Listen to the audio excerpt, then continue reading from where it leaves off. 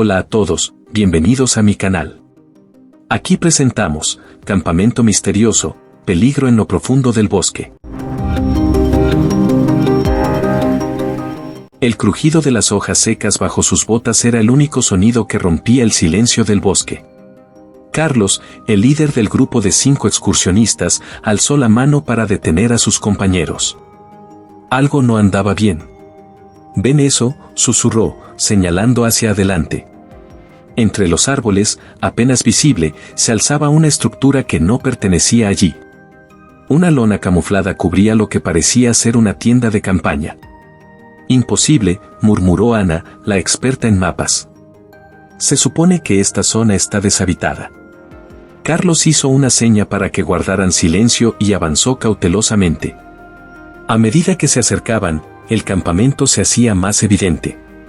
No era una sola tienda, sino varias, dispuestas en un patrón circular. En el centro, una hoguera apagada pero reciente. De repente, un destello metálico captó la atención de Carlos. Se agachó rápidamente, haciendo que los demás lo imitaran. Con el corazón acelerado, observó cómo una figura encapuchada emergía de una de las tiendas, sosteniendo lo que parecía ser un rifle. No deberíamos estar aquí, susurró Marcos, el más joven del grupo, con voz temblorosa. Carlos asintió, pero la curiosidad y la preocupación lo carcomían. ¿Qué hacía este campamento aquí? ¿Y por qué estaba armado su ocupante? Voy a echar un vistazo más de cerca, decidió Carlos. Ustedes quédense aquí y estén listos para correr si algo sale mal. Ignorando las protestas silenciosas de sus compañeros, Carlos se deslizó entre los arbustos, acercándose al perímetro del campamento. El olor a productos químicos y algo más, algo orgánico y putrefacto, llenó sus fosas nasales. Estaba a punto de asomarse dentro de una de las tiendas cuando una rama se quebró bajo su pie. El sonido, amplificado por el silencio del bosque, fue como un disparo. «¡Alto ahí!», rugió una voz detrás de él. Carlos se giró lentamente, encontrándose cara a cara con el vigilante armado, cuyo rostro estaba oculto por una máscara de gas. El cañón del rifle apuntaba directamente a su pecho. «Has cometido un grave error al venir aquí», gruñó el vigilante.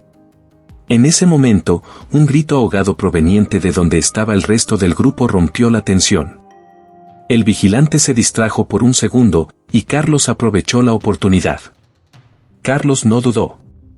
En un instante, se lanzó contra el vigilante, aprovechando su momentánea distracción. El impacto los envió a ambos al suelo, el rifle disparándose al aire en la caída. El bosque estalló en caos. Los gritos de sus compañeros se mezclaron con el eco del disparo y el sonido de ramas quebrándose mientras alguien, o algo, se movía rápidamente entre los árboles. Carlos luchaba desesperadamente contra el vigilante, rodando por el suelo en un frenético intento por ganar ventaja. Sus manos se cerraron alrededor del rifle, tratando de arrebatárselo. «¡Corran!», gritó Carlos a sus compañeros, su voz ahogada por el esfuerzo. El vigilante era fuerte, pero Carlos tenía la adrenalina de su lado. Con un violento tirón, logró arrancarle el arma de las manos y se puso de pie tambaleante, apuntando al hombre caído. «¿Qué es este lugar?», exigió Carlos, jadeando. «¿Qué están ocultando aquí?». El vigilante, aún en el suelo, soltó una risa siniestra que heló la sangre de Carlos. «No tienes idea de lo que has descubierto», dijo con voz rasposa. «Y ahora, es demasiado tarde». Un ruido sordo hizo que Carlos se girara. Horror invadió su rostro al ver a Ana caer al suelo, una flecha sobresaliendo de su espalda.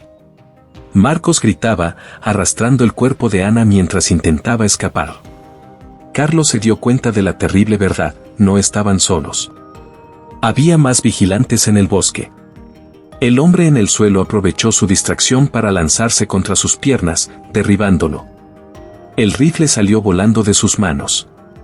Mientras luchaban nuevamente, Carlos vio por el rabillo del ojo cómo sus compañeros corrían en diferentes direcciones, perseguidos por sombras entre los árboles. Los gritos de terror se mezclaban con el sonido de más disparos. Con un golpe desesperado, Carlos logró zafarse del agarre del vigilante y se puso de pie.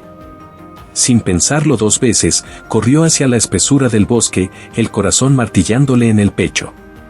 Ramas le azotaban el rostro mientras corría, el sonido de la persecución resonando a su espalda. No sabía dónde estaban sus compañeros, ni si alguno había logrado escapar. Solo sabía que tenía que alejarse, tenía que sobrevivir para descubrir la verdad detrás de este campamento infernal. Mientras corría, una pregunta ardía en su mente: ¿qué secreto tan terrible guardaba este lugar como para justificar tanta violencia? La respuesta, temía, podría ser peor de lo que jamás hubiera imaginado. Carlos, con el corazón aún acelerado por la experiencia del día anterior, lideró a su grupo hacia un punto elevado que dominaba el campamento clandestino. Se habían reagrupado durante la noche, curando sus heridas y planeando su próximo movimiento. Allí, susurró Carlos, ajustando sus binoculares. ¿Ven esos bidones? Ana, recuperada de su herida superficial, asintió. ¿Y esos vapores? No hay duda, es un laboratorio de metanfetamina. Durante horas, observaron la actividad en el campamento. Hombres con máscaras de gas entraban y salían de las tiendas, transportando químicos y equipo. El olor acre llegaba hasta ellos incluso a esa distancia. Esto es grande, murmuró Marcos. Mucho más grande de lo que pensábamos. Tomaron turnos para documentar todo lo que veían, sacando fotos con teleobjetivos y anotando cada detalle. Cuando tuvieron suficiente evidencia, descendieron cuidadosamente de su punto de observación y se dirigieron al pueblo más cercano. En la comisaría local, el sargento Ramírez escuchó su historia con creciente preocupación. Han hecho un gran trabajo, dijo finalmente. Esto es justo lo que necesitábamos para actuar. Las siguientes horas fueron un torbellino de actividad. Ramírez coordinó con unidades especiales y, al amanecer del día siguiente, un pequeño ejército de oficiales se desplegó en el bosque. Carlos y sus amigos esperaban ansiosamente en la comisaría.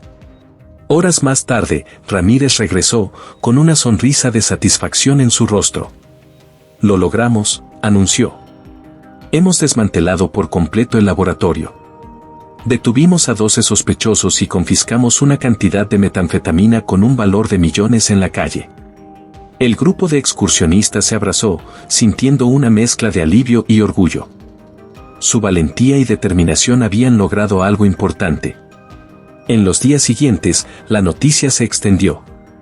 El bosque, ahora limpio de criminales, volvía a ser un lugar seguro. La comunidad local organizó una ceremonia para agradecer a Carlos y sus amigos por su valentía. Gracias a ustedes, dijo el alcalde durante la ceremonia, nuestros niños podrán crecer en un lugar más seguro. Han demostrado que cuando los ciudadanos comunes se atreven a hacer lo correcto, pueden lograr cosas extraordinarias. Carlos miró a sus amigos, recordando el terror que habían vivido pero también el coraje que habían descubierto en sí mismos. Solo hicimos lo que cualquiera hubiera hecho, respondió humildemente. Esa noche, sentados alrededor de una fogata legal y segura en el bosque que ahora conocían tan bien, el grupo reflexionó sobre su aventura.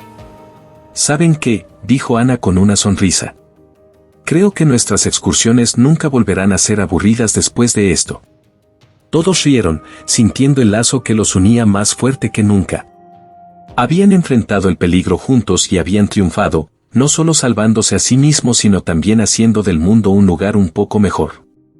Mientras las estrellas brillaban sobre ellos, Carlos supo que, aunque su aventura había terminado, su verdadero viaje como equipo apenas comenzaba.